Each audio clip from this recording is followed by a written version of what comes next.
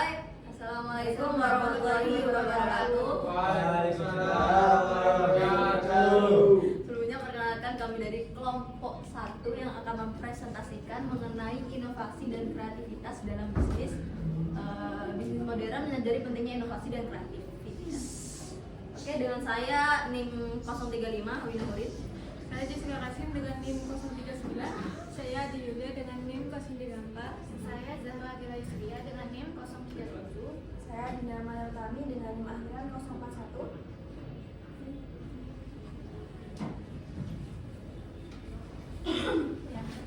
Pertama dari kisah yang saya ambil yaitu recycle in style tas unik. Semakin menumpuknya sampah plastik di Indonesia tentunya menjadi permasalahan tersendiri. Sekarang ini banyak pelaku usaha makanan dan minuman kemasan berkomitmen untuk mengurangi sampah kemasan dengan mendaur ulang. Tak hanya itu, masyarakat pun juga dihimbau bisa ikut serta dalam menjaga lingkungan dengan mendaur ulang sampah. Saat ini juga sudah banyak orang kreatif yang menyulap bekas bungkus makanan menjadi sebuah karya seni.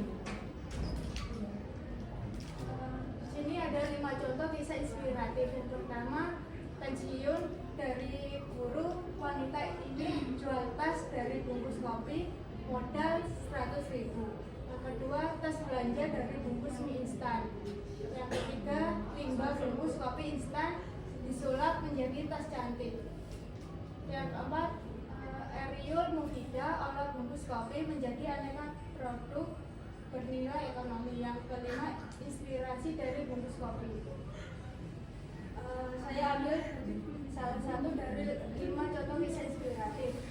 Yang terakhir, inspirasi dari bungkus kopi. Rusti Ningsi, warga Ronggowarsito, Kampung Dempo Indah, RT 4 RW 3 Kemijen Semarang Timur, sibuk memilah sampah plastik. Dia biasa bersama sejumlah anak muda mendaur ulang dan mengubah sampah menjadi barang kerajinan dan bernilai ekonomi. Di tangan Rusti, sampah plastik bekas bungkus kopi diubah menjadi produksi kreatif seperti tas serta pernak-pernik lainnya. Ini bagian dari swadaya warga. Untuk sampah kami minta dikumpulkan. Sedangkan jenis plastik ini manfaatnya bisa macam-macam. Bisa buat kerajinan tas. Selain itu bertujuan meningkatkan ekonomi kreatif warga. Program pengolahan sampah daur ulang juga untuk mendukung gerakan penghijauan. Anak muda di sana juga antusias terlibat dalam pembuatan kerajinan daur ulang sampah. Untuk proses produksi tas biasanya sesuai orderan. Namun pihaknya juga menyediakan beberapa model tas untuk produk contoh. Sementara itu, Lurah Kemijen Dwi Wiyana mengatakan kegiatan daur ulang sampah ini sudah berlangsung sejak tahun 2016. Misal ibu-ibu dan anak muda yang baru lulus sekolah belum dapat kerja bisa isi waktu buat kerja di tas dari daur ulang sampah. Dia mengungkapkan untuk produk daur ulang sampah hasil karya warga ini pernah juga ikut pameran UMKM. Selain itu juga pernah meraih juara dari Pemkot Semarang antar kelurahan untuk kategori handicraft. Juara 3 ramah lingkungan. Kami dorong terus untuk lebih tingkatkan produk yang unik-unik, ungkapnya.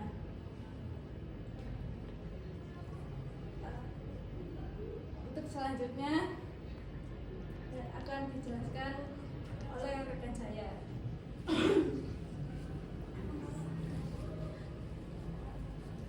Baik, untuk selanjutnya ada inovasi bisnis atau dinamakan Coffee Brick dan bata ramah lingkungan dari ampas kopi. Coffee Brick adalah bahan bangunan ramah lingkungan yang dibuat dari ampas kopi bekas yang dicampur dengan tanah liat dan resai alami. Ampas kopi atau coffee waste itu yang biasanya dibuang oleh kedai kopi ini dimanfaatkan menjadi bata ringan beraroma khas kopi dan memiliki daya serap panas rendah. Produk ini ditujukan untuk sektor eco consumption tren pembangunan berkelanjutan yang sedang naik di seluruh dunia. Di sini ada 5 kisah inspiratif. Yang pertama ada dipimpin oleh Yat Wong, tim peneliti yang menciptakan batu bata dari campuran ampas kopi, tanah liat, dan aktivator alkali. Yang kedua dapat tim peneliti RMIT berhasil mengubah ampas kopi menjadi material ramah lingkungan untuk beton mulai proses pirolisis pemanasan tanpa oksigen pada suhu 350 derajat. Yang keempat ada 5 mahasiswa UGM membuat ampas kopi yang dikombinasikan dengan limbah terkurung kelapa dan sekap padi. Dan yang terakhir yang kelima adalah mahasiswa Universitas 17 Agustus 1945 yaitu UNTA Surabaya menciptakan inovasi ramah lingkungan berbahan limbah yaitu briket dari ampas kopi dan kulit ari kelapa. Dari 5 kisah yang saya cantumkan akan saya pilih satu yang paling atas, yaitu dipimpin oleh Yat Wong, tim peneliti menciptakan batu bata dari campuran ampas kopi, tanah liat, dan aktivator alkali. Tidak seperti metode tradisional yang membutuhkan suhu pembakaran tinggi hingga 1000 derajat, batu bata ini hanya perlu dipanaskan pada suhu 200 derajat, dan hal itu dapat menghemat energi hingga 80% dan mengurangi emisi karbon secara signifikan. Sementara itu, proyek ini juga telah menandatangani lisensi kekayaan intelektual dan perusahaan Green Brick. Hal tersebut juga bertujuan untuk membawa batu bata kopi ini ke pasar komersial. Pendiri Green Brick, yaitu Philip Ng, menekankan bahwa masa depan konstruksi harus menilai material bukan hanya dari biaya, juga dari jejak karbon, sirkulasi, dan transparansi. Mungkin sekian dari inovasi yang kali ini dilanjutkan oleh rekan saya.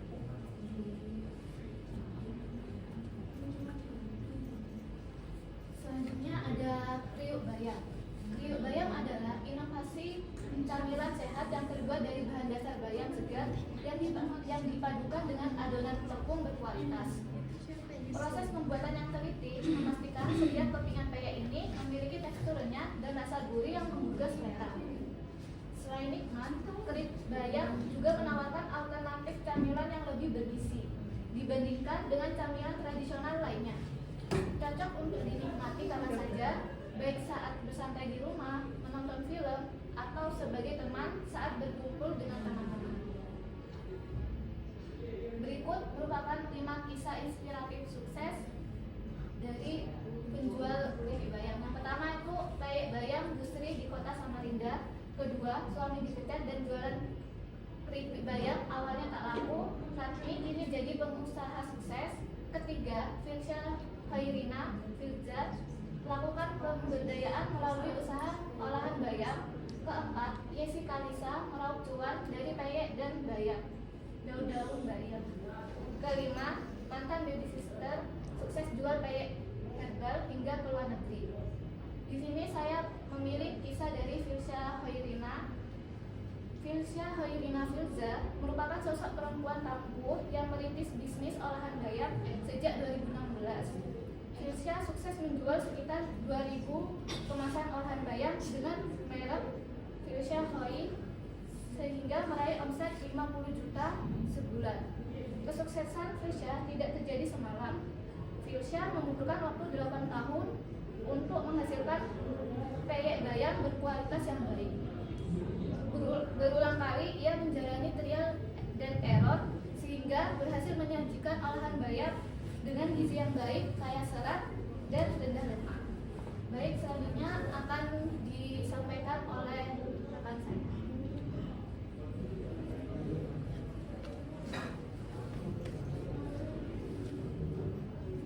Yang selanjutnya kemasan ramah lingkungan dari Singkong. Kemasan ramah lingkungan dari Singkong adalah kemasan yang terbuat dari pati atau serat singkong. Dirancang untuk bersifat biodegradable dan dapat terurai secara alami oleh mikroorganisme di lingkungan dalam waktu yang relatif singkat. Berbeda dengan plastik konvensional yang butuh puluhan tahun untuk terurai. Inovasi ini berfungsi sebagai alternatif yang lebih berkelanjutan untuk mengurangi sampah plastik dengan bahan dasar yang berasal dari sumber alami dan tidak mengandung bahan kimia berbahaya. Selanjutnya ada 5 contoh kisah inspiratif. Yang pertama, mahasiswa UGM bikin kantong plastik kemasan ramah lingkungan dari singkong. Yang kedua ada Pak Sugianto Tandio mengembangkan plastik alami pertama di dunia berbahan singkong. Yang ketiga ada Avani Eko dari Kevin Kumala. Yang keempat ada Green Hope dari Tommy Cipta Jaja. Yang kelima ada Effortless. Saya akan mengambil dari kisah Avani Eko Kevin Kumala. Avani Eko didirikan pada 2014 yang terkenal dengan inovasinya dalam membuat kantong plastik dari pati singkong. Tidak seperti plastik asli, kantong plastik Avani Eko lebih ramah lingkungan karena dapat terurai dalam hitungan bulan. Penting untuk dipahami bahwa pati singkong yang digunakan oleh Avani Eko adalah singkong kelas industri. Dengan kata lain, singkong digunakan untuk keperluan industri, bukan untuk pasokan makanan. Selain kantong plastik ramah lingkungan, dengan berbagai bentuk dan ukuran, Avani Eko juga menciptakan book bag atau kantong kotoran ramah lingkungan serta sedotan dan gelas yang mudah terurai. Dengan slogan I'm not plastic, Avani Eko telah berkontribusi dalam mengganti sekitar 6.000 ton plastik di Indonesia dengan produk bioplastiknya pada tahun 2016. Dan selanjutnya akan dijelaskan oleh rekan saya.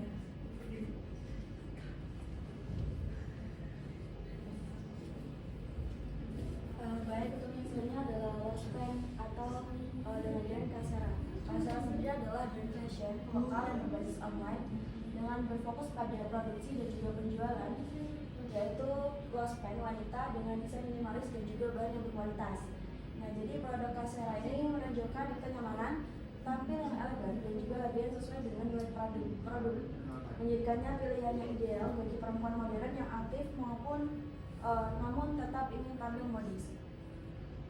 Biasanya ada 5 contoh kisah inspiratif. Yang pertama ada ZLY Fashion, yaitu brand lokal capai omset sampai dengan 5 miliar dan ekspansi ke Malaysia. Yang kedua ada Edigo, dari UMKM lokal hingga New York Fashion Week. Yang ketiga ada This is April, yaitu brand fashion lokal yang sukses lewat media sosial. Kemudian yang keempat ada Levi's Indonesia, yaitu koleksi high gloss, stay gloss dengan inovasi bahan ramah lingkungan. Dan yang terakhir ada Nana Indonesia, yaitu brand lokal dengan konsep glossware lahir dari tangan engineer.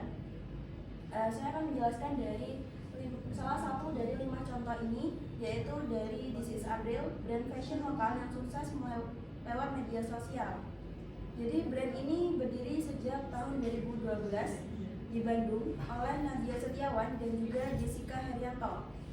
Mereka fokus menciptakan busana kasual longgar seperti wet pant, collar strap, blus longgar, dan juga linen trouser yang nyaman namun tetap feminim.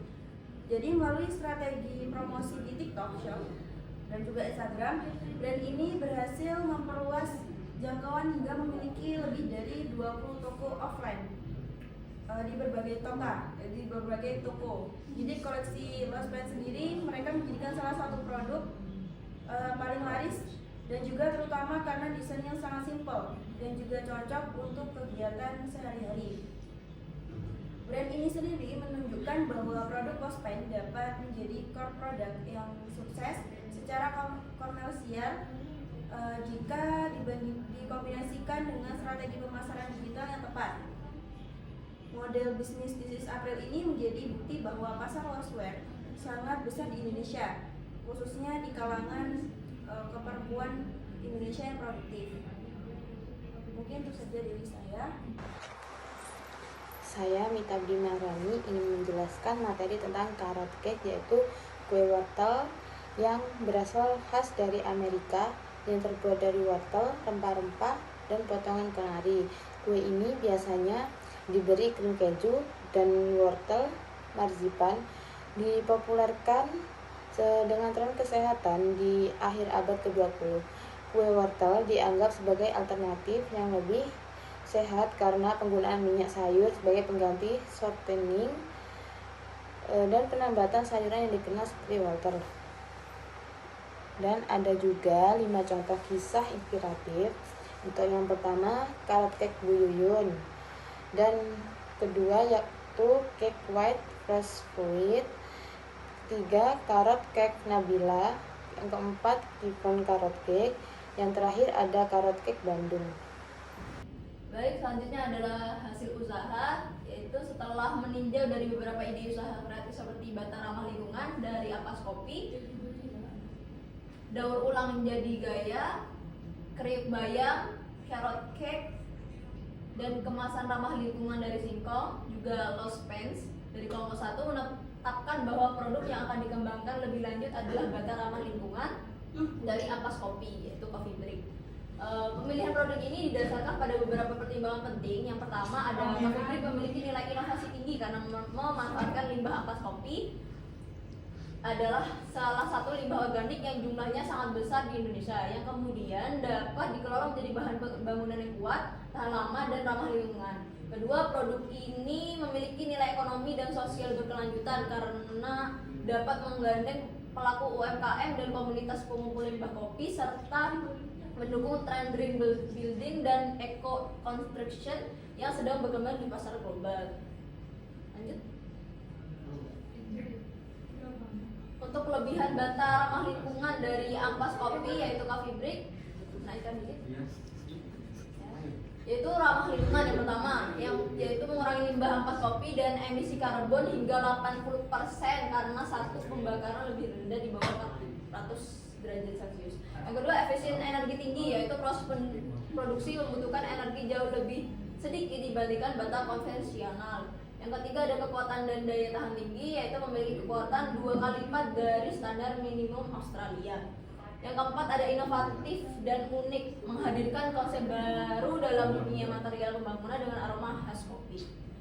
Dan yang terakhir, yaitu ringan dan mudah diterapkan, 20% lebih ringan dibandingkan bata biasa, juga memudahkan transportasi dan pemasaran.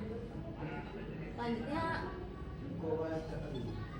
yang keenam, mendukung ekonomi sirkular, menggandeng kedai kopi dan komunitas lokal dalam proses pengumpulan bahan baku. Dan yang terakhir, tren global, sejalan dengan meningkatkan minat terhadap eco-friendly material dan konstruksi berkelanjutan di seluruh dunia. Untuk kekurangan sendiri, ada yang pertama ada biaya riset dan produksi awal tinggi, yang kedua ada kesulitan bahan tambahan atau urusan dan alkali, yang ketiga ada kurangnya kesadaran pasar, yang keempat ada proses produksi belum massal, dan yang terakhir ada ketergantungan pada limbah kopi. Kesimpulannya, berdasarkan berbagai ide usaha yang telah dikaji, bata ramah lingkungan dari Ampas Kopi atau Coffee Break dipilih sebagai produk paling potensial untuk dikembangkan karena menggabung aspek inovasi berkelanjutan dan nilai ekonomi secara seimbang. Produk ini tidak hanya menjawab tantangan lingkungan melalui pemanfaatan limbah kopi, tapi juga membuka peluang baru dalam industri konstruksi hijau yang terus tumbuh dengan mengelola dan strategi pemasaran yang tepat. Coffee Break berpotensi menjadi produk unggulan berbasis inovasi hijau yang membawa dampak positif bagi ekonomi, lingkungan, dan masyarakat.